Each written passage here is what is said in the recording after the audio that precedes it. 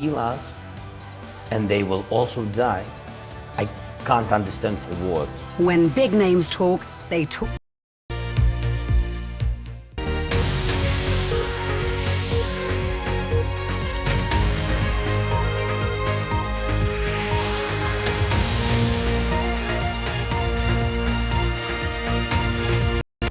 Also in the programme, the funeral of a journalist in Jerusalem. This is the scene live as mourners pay their last respects to the Palestinian-American journalist Shireen Abu Akleh, who was killed on Wednesday. Sri Lanka's new Prime Minister warned... This is the position, and this is what we are planning to do in the coming months. That is all coming up here on Impact.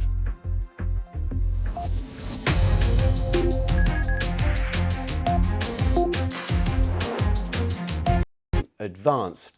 Speaking at a G7 meeting in Germany, the British Foreign Secretary, the Foreign Minister Liz Truss, said that President Putin was humiliating himself on the world stage.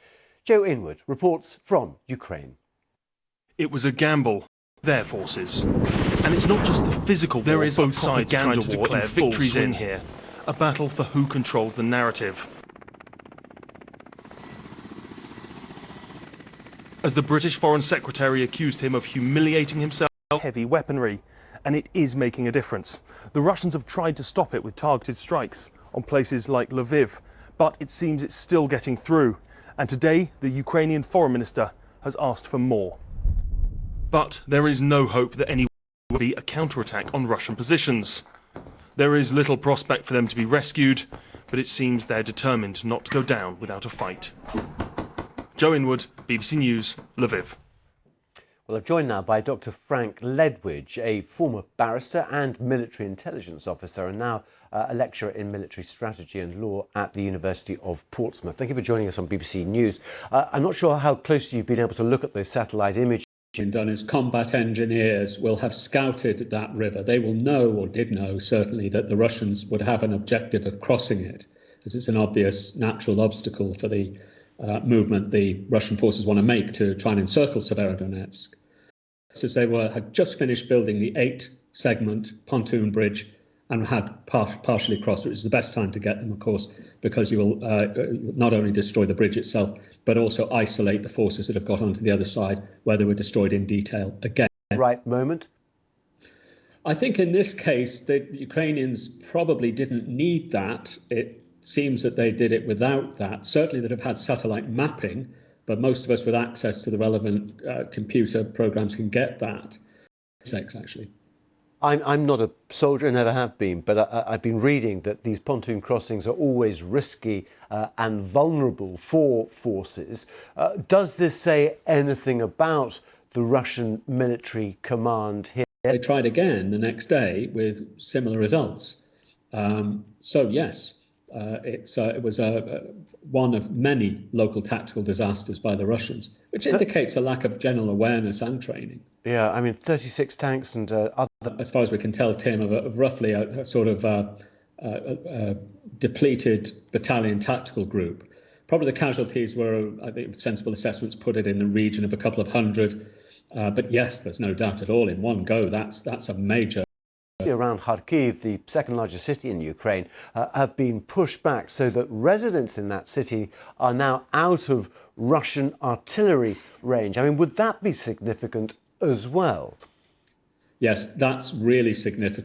Masterstroke that. It's draining forces away from Donbass, as well as causing the Russians serious problems with their supplies. When we talked about the bridge and the attack there, you were talking about the expected encirclement of Severodonetsk. What is... And let's also remember that the Ukrainians have broken out of encirclements 3 or 4 times before, including at Kharkiv, Sumy and Chernihiv up to the north.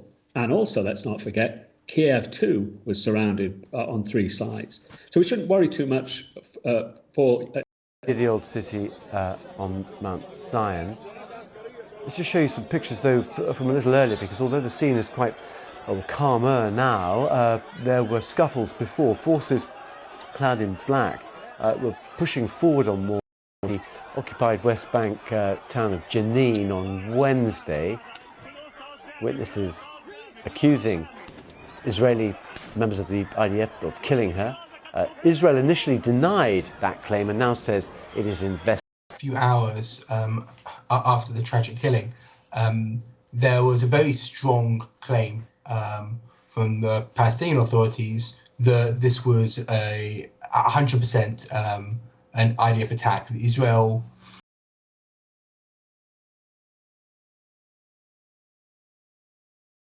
a complicated situation and they themselves don't know.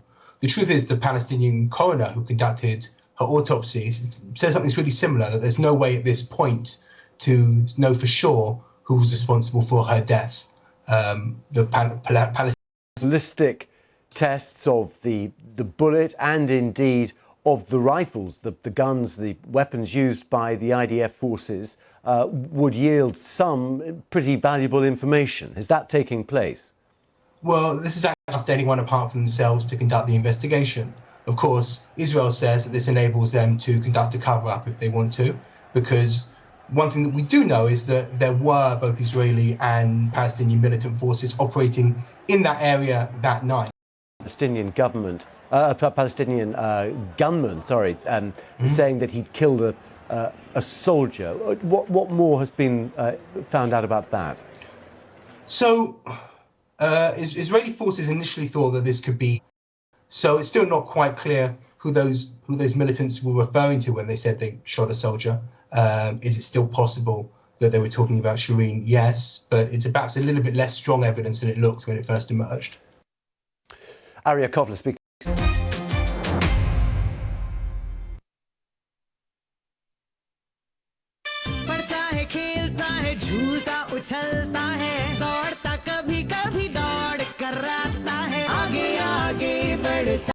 Ball-by-ball cricket coverage on the BBC Sport website and app across all forms of the game. For live coverage and the latest stats and scorecards, go online or download the app now. Interview in which he told me that the country's economic crisis is likely to get worse before it gets better. He said there could be even worse shortages in the weeks to come, but he promised that his goal was to ensure that all Sri Lankans. He agrees with the sentiment of protesters who for weeks have been calling for President Gotabaya Rajapaksa to resign, but says that that shouldn't be the focus for him. He said his focus is getting food on people's tables.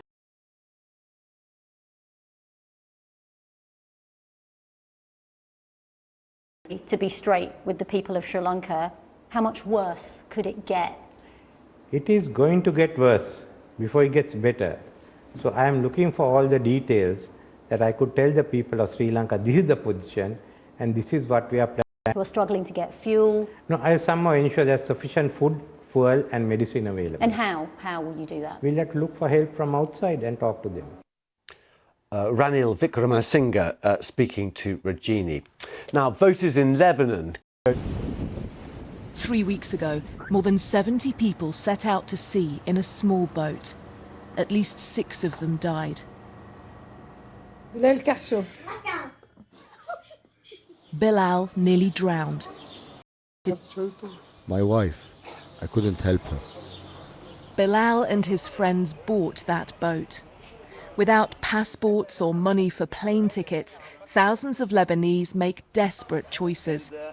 For them, the Lebanon's whole political system is. It was put in place to try and bring stability to this country after years of fighting. But actually now that rigidity that once protected Lebanon is having the opposite effect. It's stifling it. And others say he leads a terrorist group. His faithful insist the party props up this ailing country. New independent candidates think they've got what it takes to such huge numbers. Have you ever thought about going? I'm seeing all my friends every day just packing and just leaving. Personally, I prefer to say that I've tried rather than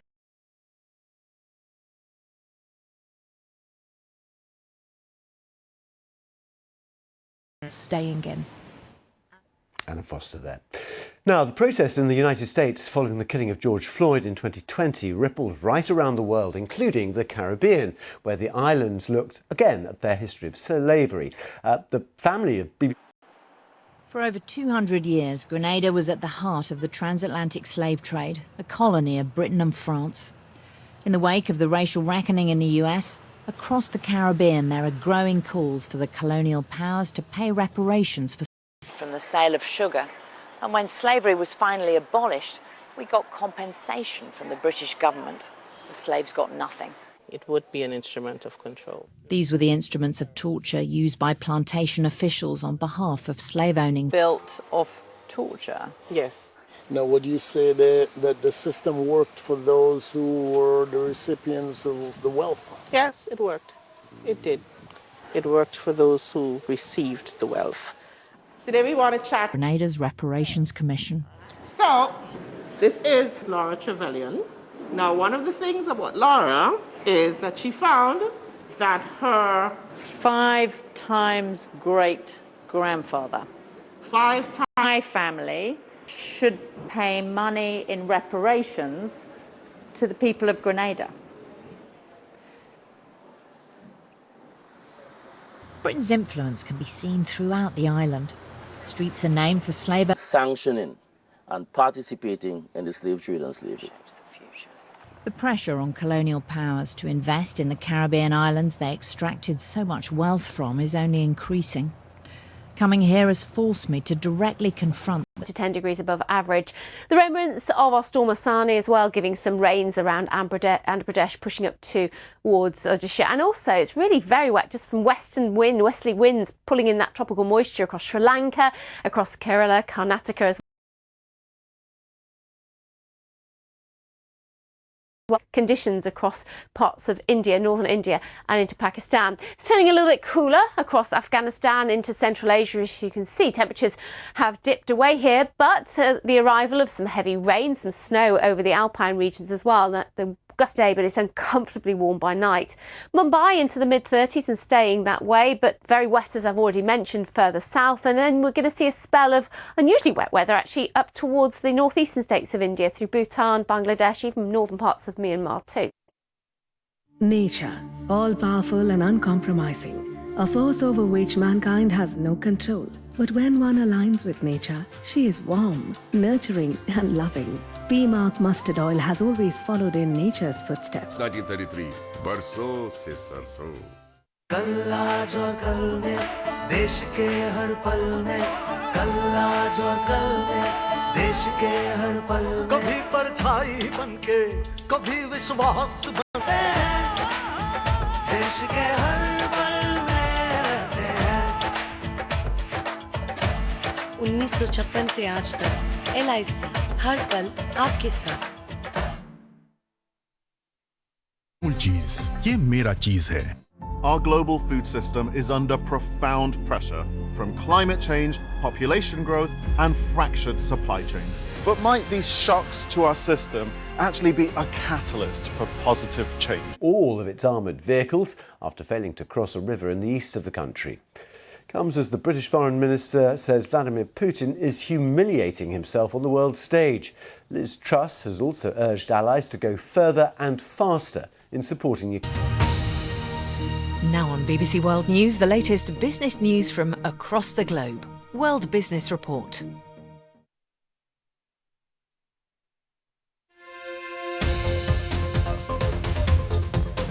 $1 billion Twitter deal on hold.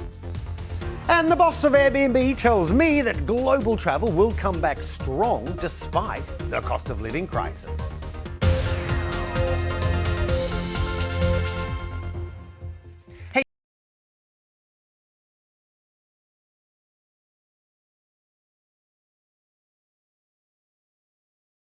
On the site. The billionaire wrote in a tweet, Twitter deal temporarily on hold pending details supporting calculation that the spam fake accounts do indeed represent less than 5% of users. Now, under the terms of the deal, if either Twitter or Musk walk away 5%, in many eyes that would make Twitter certainly less valuable than the $44 billion he originally offered. So it makes you think, is this a Elon Musk renegotiating the price tactic? Having now a sense of nervousness about the sticker price and thinks maybe there is a better deal to be had here. We just don't know. But obviously, fevered speculation from the get-go. You know, there were questions. Would he actually follow through with this deal? And as down some 24%, which in itself would make the company less valuable. Yeah, I mean, I was just looking as we went on air. It was down around 10%.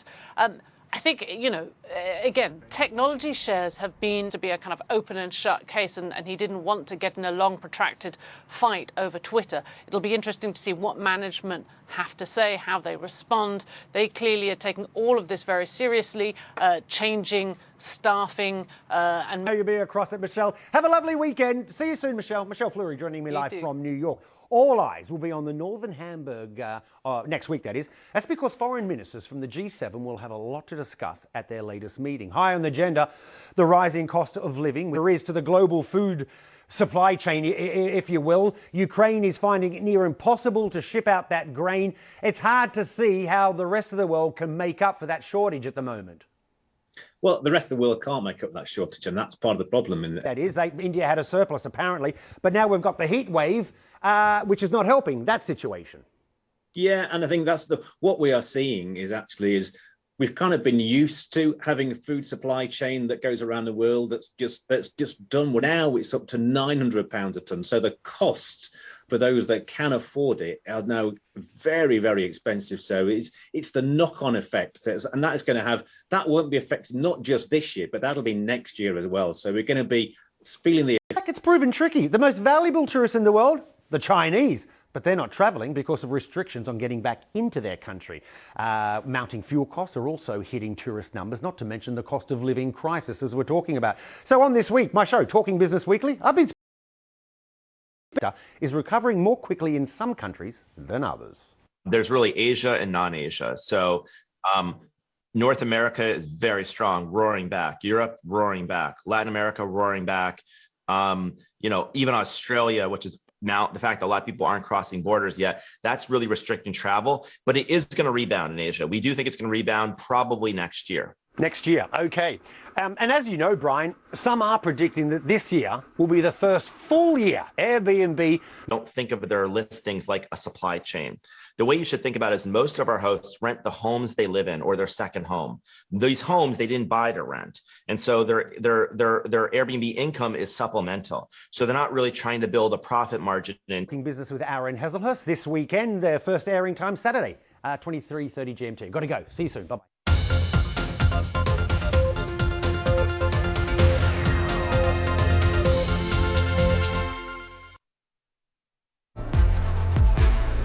Indulge in the luxurious, the most spacious, and supremely comfortable BMW 3 Series Grand Limousine. Welcome to the grand side of thrill. Nature, all-powerful and uncompromising, a force over which mankind has no control. But when one aligns with nature, she is warm, nurturing and loving. P-Mark mustard oil has always followed in nature's footsteps. आई बनके कभी विश्वास बनके दिल में साहस का एहसास बनके उम्मीदों को सच्चाई के रंग से सजाते हैं मुश्किलें कोई हरदम साथ निभाते हैं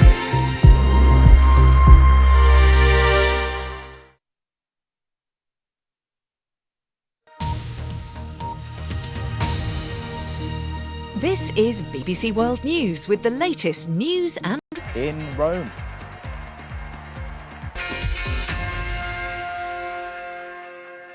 Hello there and welcome to the programme. The Miami Heat are back in the NBA's Eastern Conference Finals as they continue the hunt for their first championship since 2000. They'll stand a chance.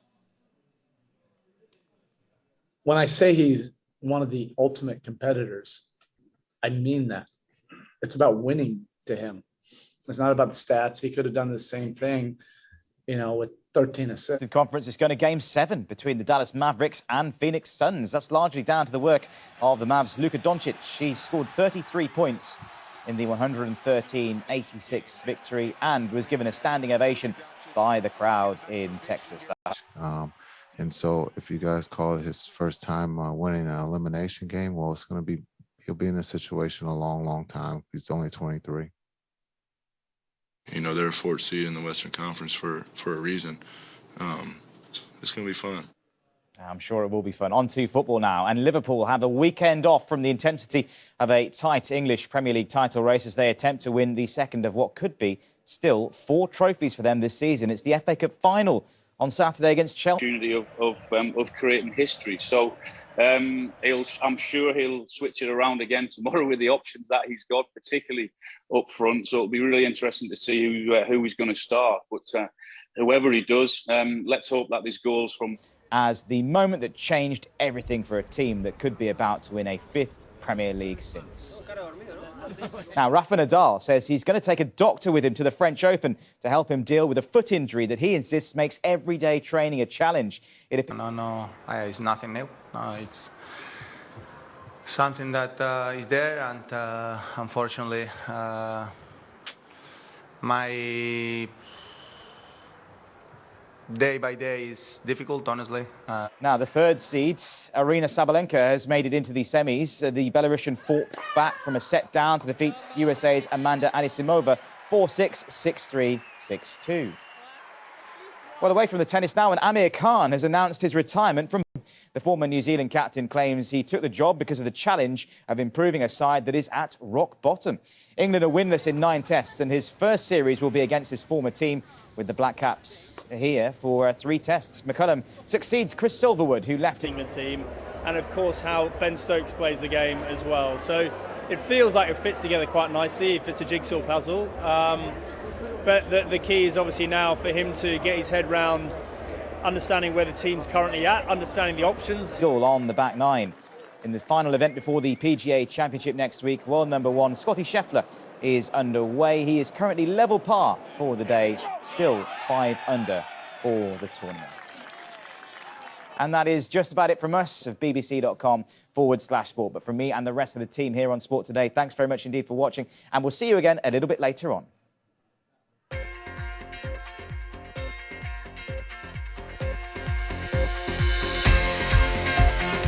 उम्मीदों को सच्चाई के रंग से सजाते हैं, मुश्किलें कोई हरदम साथ निभाते हैं, कल आज और कल में रहते हैं देश के.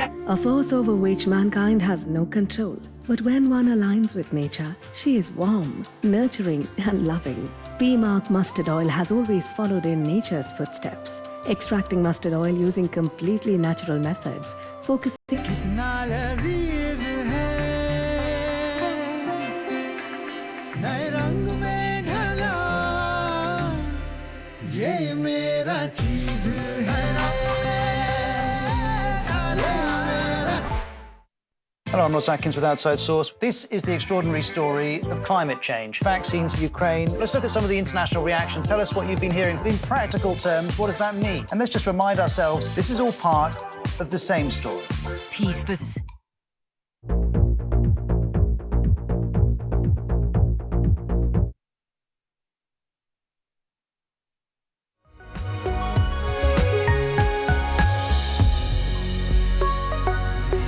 Some of the cats of Athens.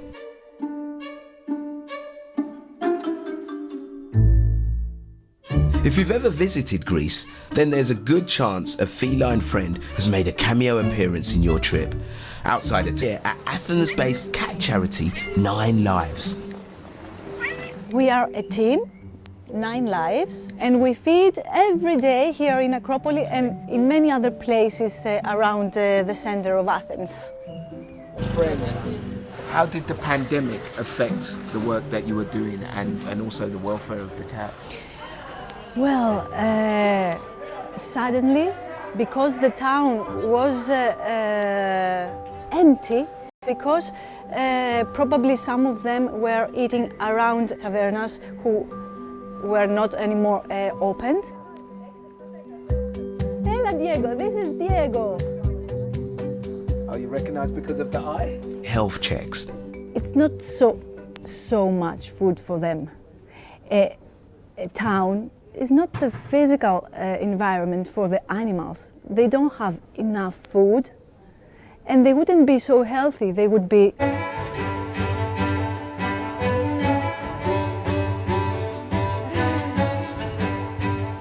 No tourists meant no tavernas.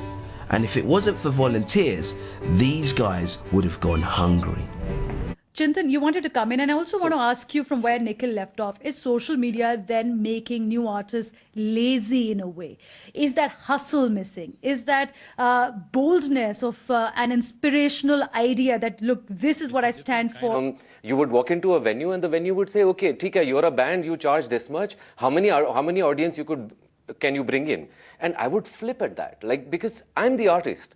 I'm not supposed to take care of bringing the audience. My job is to do my job well. Because social media gives you that platform. I've seen how there are different artists who would post where they're playing. They would use creative videos to reach out to that audience. Do your self-promotion. What's wrong in that if you want more people to listen to you? And this is a platform that gives you that access, as we talked about earlier. Sure, but with the new genre. Absolutely, that's an important point. Lekha, you wanted to come in as well, and I just want to add to that. As right now Chintan pointed out, social media platforms do have algorithms, and we all know that they actually push similar kind of genre. They sometimes act as an. There's a lot of time which is being used for this, which can be ideally used for creating a new track, or probably, composing something new, or making a mashup, or feel like the artists, even if they take a week break from their personal life and they don't post, they are constantly feeling, oh, I have not made this post, so I'm going to lose out on my fans, or my fans might forget me. Stuff like this, I think it's taking so much energy. You're always on the phone, scrolling to see what other artists are doing, how are they promoting themselves, and you're trying to keep up with that. Okay, Chintan, you had a point to make. Please go ahead. I always have a couple of points to make. So, come on, give me a break. But the user always has a choice then. Nikhil, here's an important point. Is this social media validation addictive? Yes, it is. And that's exactly what I was going to talk about, because what Lekha and Chintan are describing, should I do it, what will happen? And the answer to that, honestly, guys, is it'll probably do jack, which means it'll do nothing. Some of the most heavily booked artists today don't post every day. And, when you were talking earlier on that the life cycles have become shorter and quicker, there's a genre called Future House, which literally appeared 3 minutes ago and disappeared in the 4th minute. I'm joking, but you know what I mean. And in electronic music, you see this a lot because electronic music cannibalizes on itself. So I don't see it. I would love to see that, but I only see a lot more mediocrity out there. You're a hard to please guy. No, we have high standards. At least on the panel right now, you seem to have the most number of followers, including me. But I want to just ask you this: how do you define? How do you define what to share and what not to share? Because social media has done so much more than. I like to run my own social media accounts. I like to manage my own Twitter, my own Facebook, I don't use Facebook anymore. My own Instagram and stories and things like that. But I do see an opportunity here because, and I say this to a lot of young DJs who are starting out. Sneakers, you share pictures of your kids also wearing those sneakers, and Personally, that's where you no. draw the line, right? It's a personal choice because there are only certain parts of the house that I do videos in because we choose to keep our home personal and private. That's it. It's like I choose. With Meta right now, and it's growing in India. But yes, Lekha, you had a point to make. Go ahead. I just feel like artists are showcasing their life and lifestyle of what they're doing, and they're not going into underlying problems. Sure, like their fans know that, you know what, I'm human, and I also go through a lot of things. But Chintan, you've actually been in situations which you mentioned earlier to us in a different conversation, having a tough crowd. And media trolling and hate mongers here. Toughen the artist or weaken? You think the social media invented trolls? We got to know of the word called trolls, sure. I mean, none of us knew what that spelt like or what that meant like 3 years ago. but channel, like, you know, not every platform is the same. Not everywhere you can go and, like, you know, just be happy. I mean, if you were to ask, like, you know, I was going to ask Nikhil if you have the power, you have the soapbox. I have the power to talk about, you know, how important it is to get vaccinated. And I personally believe that vaccines save lives. So I will post about it. I don't need to do it. What about the young influencers? What about the first-time influencers, young people? I mean, why? Who's it is up to you. And that's where I want to come in to ask each and every one of you is that from your experience, what's your advice for emerging artists? And Chintan, let me start with you, because how to deal with this so-called beast in your language? The drummer, every time he stops playing the drums, he takes out his phone and starts clicking a picture. Now, don't do that. Get somebody to do that. You shouldn't invest all your time doing it. Do it judiciously. Do the right publishing. They have to do the right copywriting. They have to do all the legal work first. Then you start putting it on social media. So unless you can spend money on a team, if you're going to do everything and have control over it, like Nikhil, before the audience perception and their reaction, and also to take a detox from your social media life once in a while, to just give you your life back and to make you think more. Makeup maybe to a girl, or waxing your chest hair maybe to a male model. It is not the essence of it, but yeah, it kind of helps somewhere along the line. I wouldn't give it very high importance or very high priority. And as far as, you know, people getting booked, yeah, when the network goes, you know, when I'm underwater, scuba dive. Thank you so much, everyone. I know we're completely out of time right now. Thank you so much for sharing your insights and a lovely conversation. Cheers. See you around on podcast. Till we meet next, it's Namaste from Divina Gupta.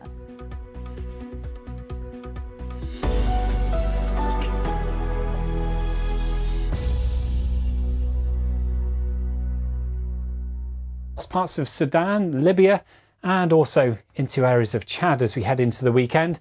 Hot and sunny weather for the most part across southern and central Europe. A few thunderstorms here and there. Temperatures starting to drop away across northern Spain. Now we're going to see rain start to pick up across. Almond butter. Delicious.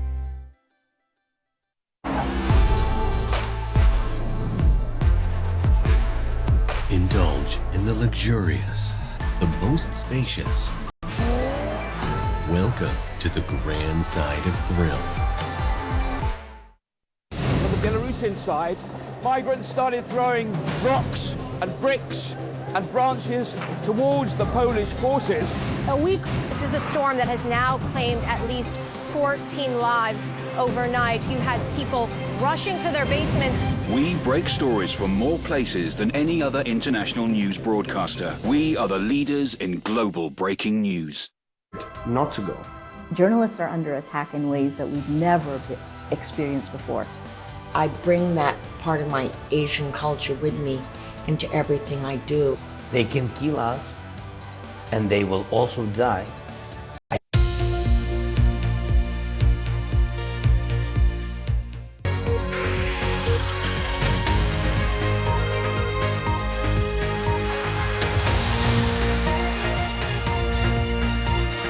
His first conversation with his Russian counterpart since the invasion.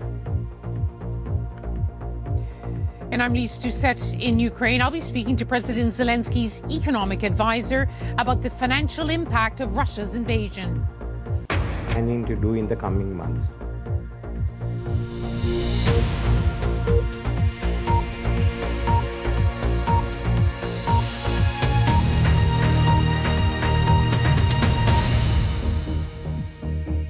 As police, some using batons, waded into a crowd of Palestinians gathered around it. Abu Akla was shot in the head on Wednesday. Tom Bateman was at the funeral in Jerusalem and witnessed the event, and this is what he sent us.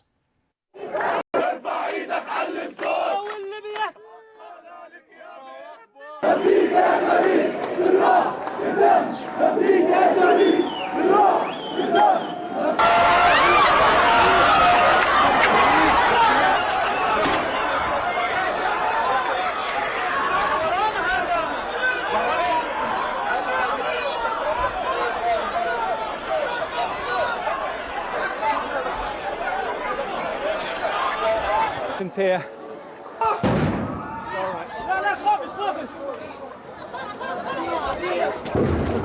Oh my God. Let the baby through. Whoa. It's going to get trapped. It's going to get trapped.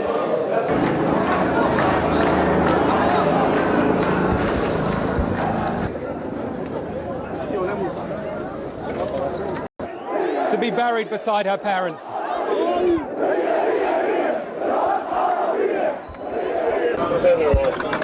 Avant, moi j'ai été avant.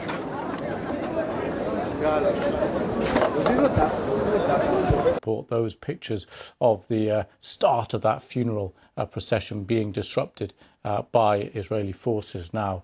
Let's get a bit of reaction to that. Joining me from New York is Akshaya Kumar, Crisis Advocacy Director at Human Rights. Threat here, and any reasonable justification for this type of use of force. What we see is people who are mourning the loss of a journalist, a brave woman who was a truth teller. And also something Israeli courts have said you can't arrest people for.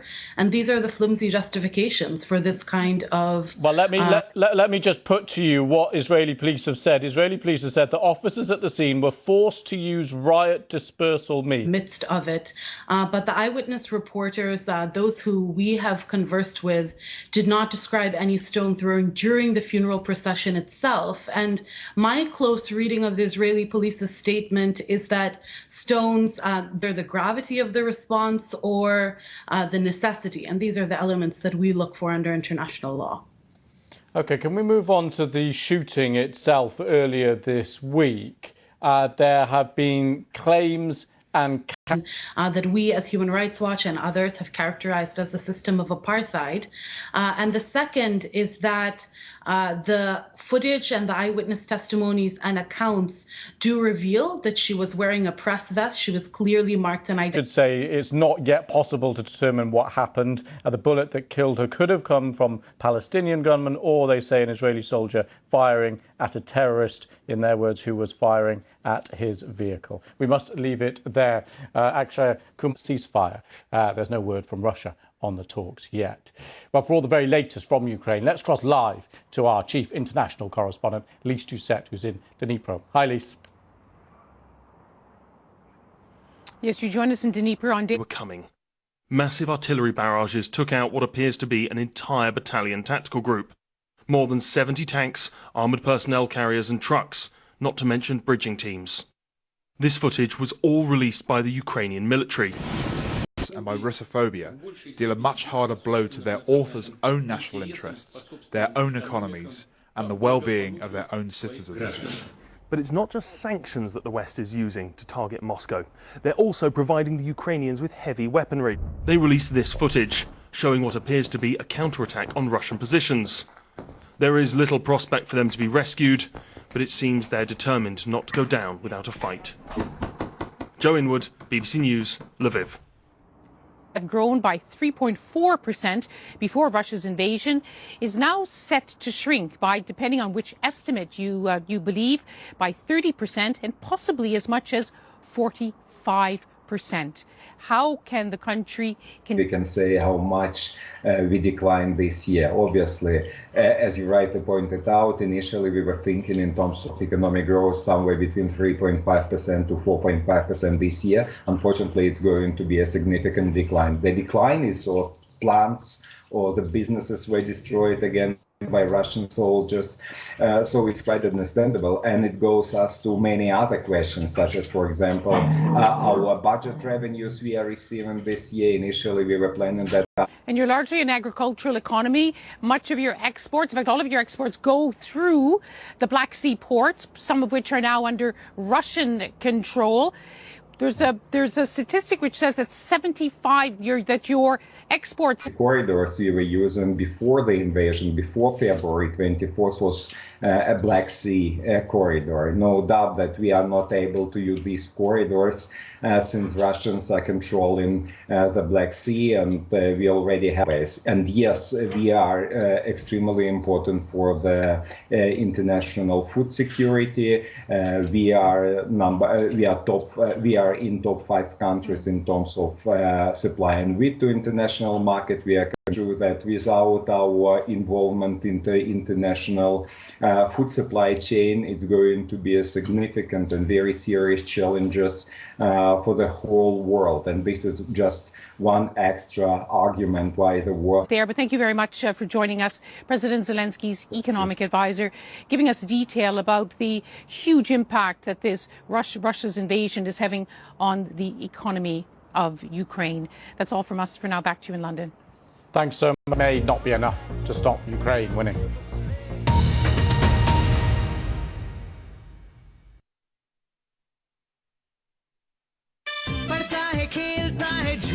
उछलता है दौड़ता कभी कभी हर पल में कल आज और कल में देश के हर पल कभी परछाई बनके कभी विश्वास बनके दिल में साहस का एहसास बनके उम्मीदों को सच्चाई के रंग से 1956 से आज तक LIC हर पल आपके साथ।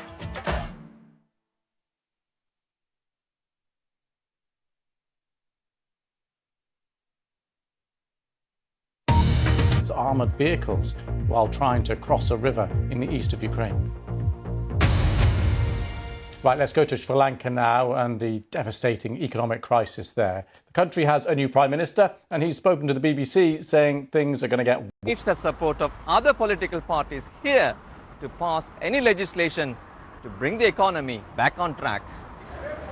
A busy market here in Colombo where people are trying to buy vegetables before the curfew ends. And Perina, it's a common sight now in Sri Lanka to see long queues outside petrol stations because there is not enough supply, because the country cannot afford to import fuel. Perina, here is warned that if the political instability continues, that could lead to rolling power cuts and food shortages. And this is one of the issues Prime Minister Ranil Wickremesinghe needs to look into, because the country's usable foreign exchange reserves. Correspondent Rajini Vaidyanathan asked Sri Lanka's new Prime Minister what difference he will make to the current economic crisis. You yourself said a month ago that resources are running out. Yes. This is your opportunity to be straight with the people of Sri Lanka. And food, fuel and medicine available. And how? How will you do that? We'll have to look for help from outside and talk to them. And that was Virginia asking the questions there with the latest on that economic crisis in Sri Lanka. Now, the grand final of the Eurovision Song from Turin. Take it away, Mark. Lewis, thank you very much indeed. Yes, welcome to Turin, where they are gearing up for the jury rehearsal tonight. It is, in a sense, the dress rehearsal for the final. And some people have tickets. This is a hugely popular TV show. It's watched by close to 200 million people. And as you say, Ukraine, one of the favourites this year. They have a traditional Ukrainian folk song, which is mixed with a bit of hip-hop. And, of course, they're benefiting from yellow wolf outfits and their song, Give That Wolf a Banana, in the traditional Eurovision style. There's also Spain with a kind of J-Lo style performance by a singer called Chanel that is going to do probably very well. A lot of fans have come here, of course, from across Europe and further afield. We've got here Matias and Carlos, who are actually from Latin America, from Argentina and Colombia, but live in Germany and have come here. You're big Eurovision fans, guys, are you? Yes, we're in the fan club from Germany. It's really nice. I love it. How about you? Because of a concept of uniting many countries, many cultures, many people from all around Europe, and to get to know them. It's just the concept of union, and that's the most important point of being, European. Great stuff, Mark. Brilliant stuff. Thank you. Mark looked like he was enjoying that, didn't he? Right, that's it from me. I'm Lewis Vaughan-Jones. This is BBC World News. Bye-bye.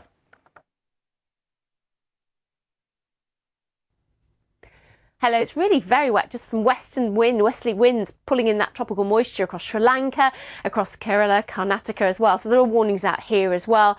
And once that heat has passed away, or at least diminished a little bit, we'll get dust storms too. So it's a really unpleasant spell of unusually wet weather actually up towards the northeastern states of India through Bhutan, Bangladesh, even northern parts of Myanmar too. So some of those showers, you can see that wet spell setting in or coming and going for Dakar, really wet across Colombo now with those southwest winds. Bye for now.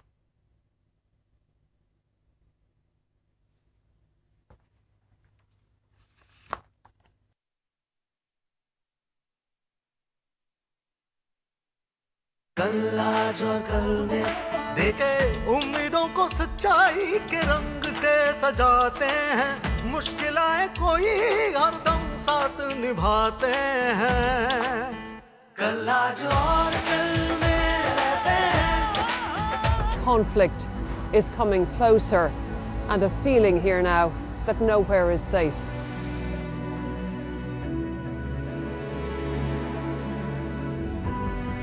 Страшно, когда мины летят, кто его знает там. The week of commemorative events in honor of Archbishop Tutu is well underway all over South Africa. There's more trouble here in the Netherlands. Small groups of people destroying things in the northern city of Groningen. The clashes are taking place just a few hundred meters away. John Simpson talks to BBC correspondents, going beyond the headlines for expert analysis of the week's major international news stories. Unspun World.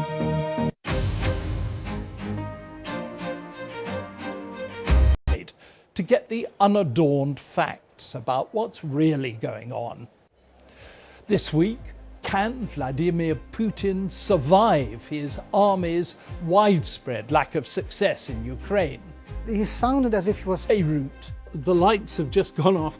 Is it? Oh, they come back on again. Is that a thing that people have to go through all the time? Well, 3 to 4 times a day.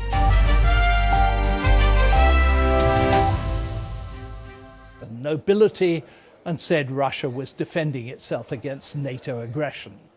The one thing he couldn't do on Victory Day was to declare victory over Ukraine, because he hasn't achieved anything of the sort. Assumed editor for BBC's Russia service, Famil Ismailov. He sounded as if he was trying to argue that this is not a mistake, believe me, as if he was pleading his case in a way.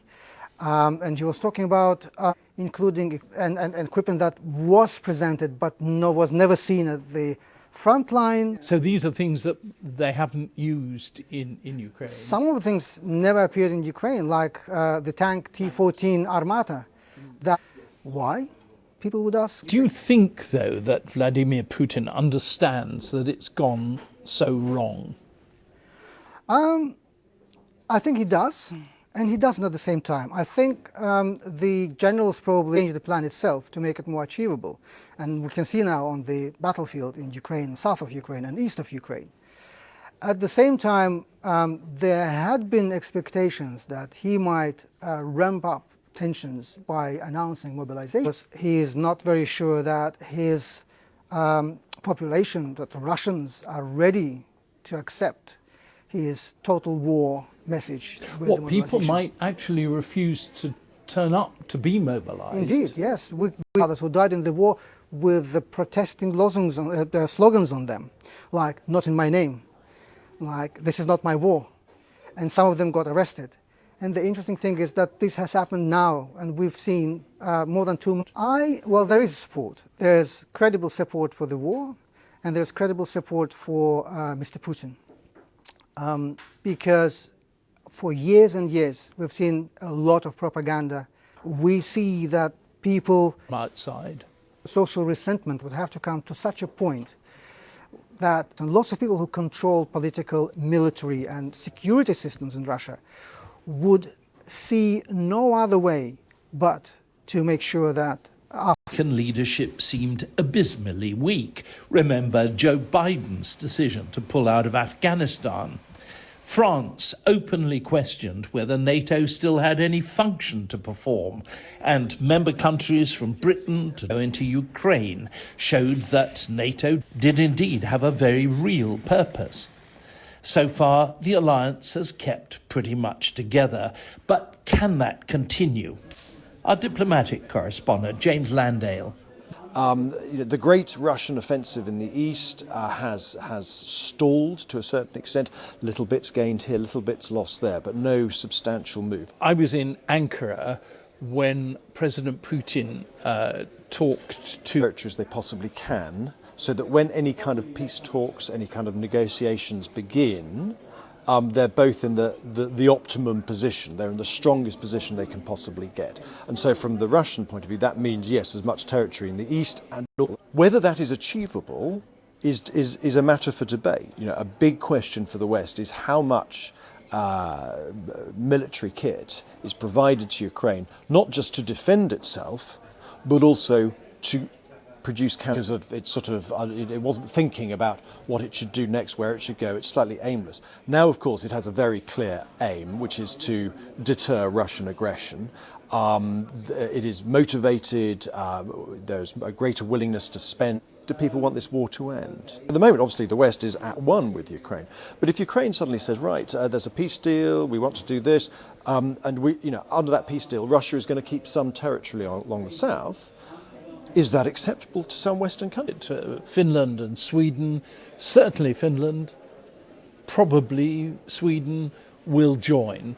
The geopolitics of, the North, the Nordics, is just transformed by this. Both Sweden and Finland has been blown out of the water by the threat from Russia that they now see, and that therefore there is an expectation that they will both go down the road of joining NATO. NATO has now got more troops, more forces on Russia's border. From Donbass to Crimea in 2014, Wagner has played an often savagely violent role alongside the Russians in Syria, Libya, and the Central African Republic. Allegation African state of Mali at the invitation of the military government there. French troops who had been fighting Islamist guerrillas in the country were obliged to leave. Beverly Ochieng, an Africa specialist from BBC Monitoring, covers the war against the jihadists in Mali. She spoke to me from Nairobi. French forces were not able to operate in an environment that was becoming increasingly hostile to their presence, particularly in the capital. In the northern regions, there is in the crossfire. That's leading to some criticism in some places, but not enough for it to dislodge Russian presence at the moment. We're seeing critical media also losing its voice because Malian authorities have become increasingly intolerant towards any criticism. Specifically anti-French things? So it's a lot to do with how France is relating to countries now at a post-colonial time, at a time where people are asking for more volition from their leaders and for less dependency. Of course, it's interesting because now stepping... Killed by Russian troops and by the Wagner mercenaries. Some of the accounts that started to emerge, both from French media, some local media accounts, did say that civilians were rounded up. They were either summarily executed, some were. And then in addition to this, there were also concerns that rights groups will not be able to get any access to the civilians who did witness these atrocities. Now, of course, all of this is supposedly about stopping the threat from Inchworth. They want to present themselves as a hero, as a brave force that is here to save Mali. It's not clear if they have any political intentions. If anything, Wagner has largely been seen as an exploitative force. The deal it has with Mali is the US Supreme Court indicating that the landmark judgment from 1973 in the Roe v. Wade case might be overturned has brought joy, anger, and bitterness. But what does it mean for trade potentially being struck down and all of this being handed back to the states where individual state legislators can decide on the legality of abortion? So you have states that could ban abortion entirely. You could have states that could make it very easy to help the Democrats and Joe Biden going into these midterm elections. This was shaping up to be a good year for Republicans. Midterm elections usually hinge on enthusiasm. And the party that doesn't have power, their voters are much more enthusiastic.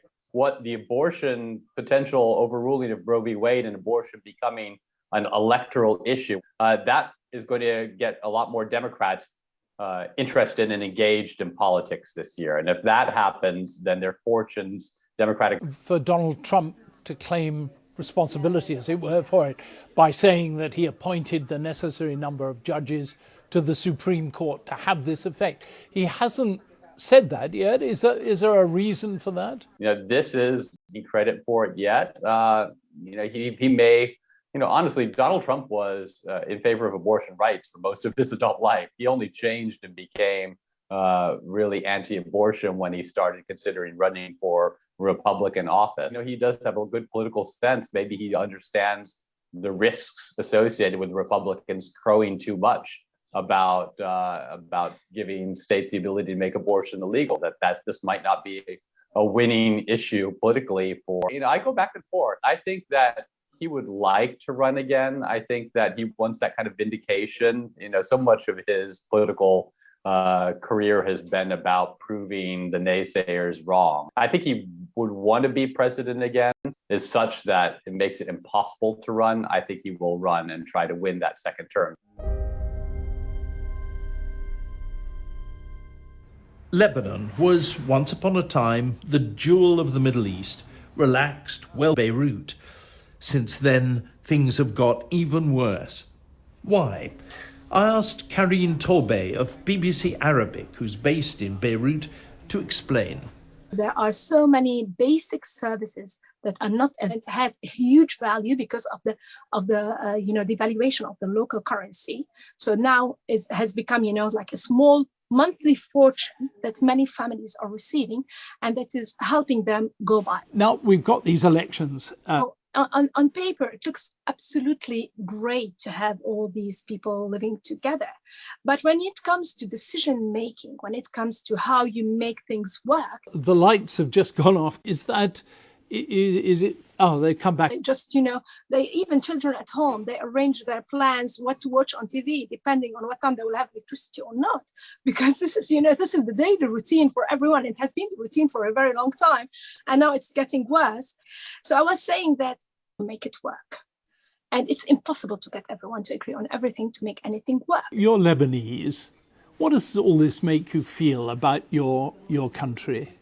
Extremely sad and very disappointed, because around 1 million Syrian refugees. And if you count, the Lebanese population living in Lebanon, you will get around 3 to 4 million Lebanese people inside Lebanon. We cannot afford anymore. This is a huge strain on the infrastructure, on the players. You never know what can happen, what can change, but also we have a small margin where we can do something. The problem is whether we just leave it till something happens that is much bigger than all of us, or that we inevitable that things will change. Karine Torbey is speaking to me from Beirut. Vladimir Putin's war has been a pretty incompetent affair so far. Poor intelligence, inadequate military planning a week or so ago. If true, that's something to be grateful for at least. I hope you'll join me again soon for Unspun World.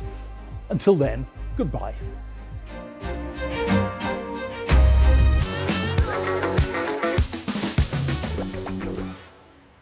Nature, all-powerful and uncompromising, a force over which mankind has no control.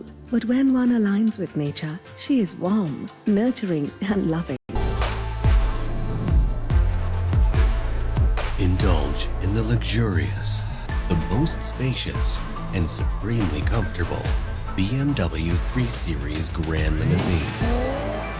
Welcome to the... Owns most of this port. It's the fastest growing of its kind in Europe, but the east-west relationship is under strain.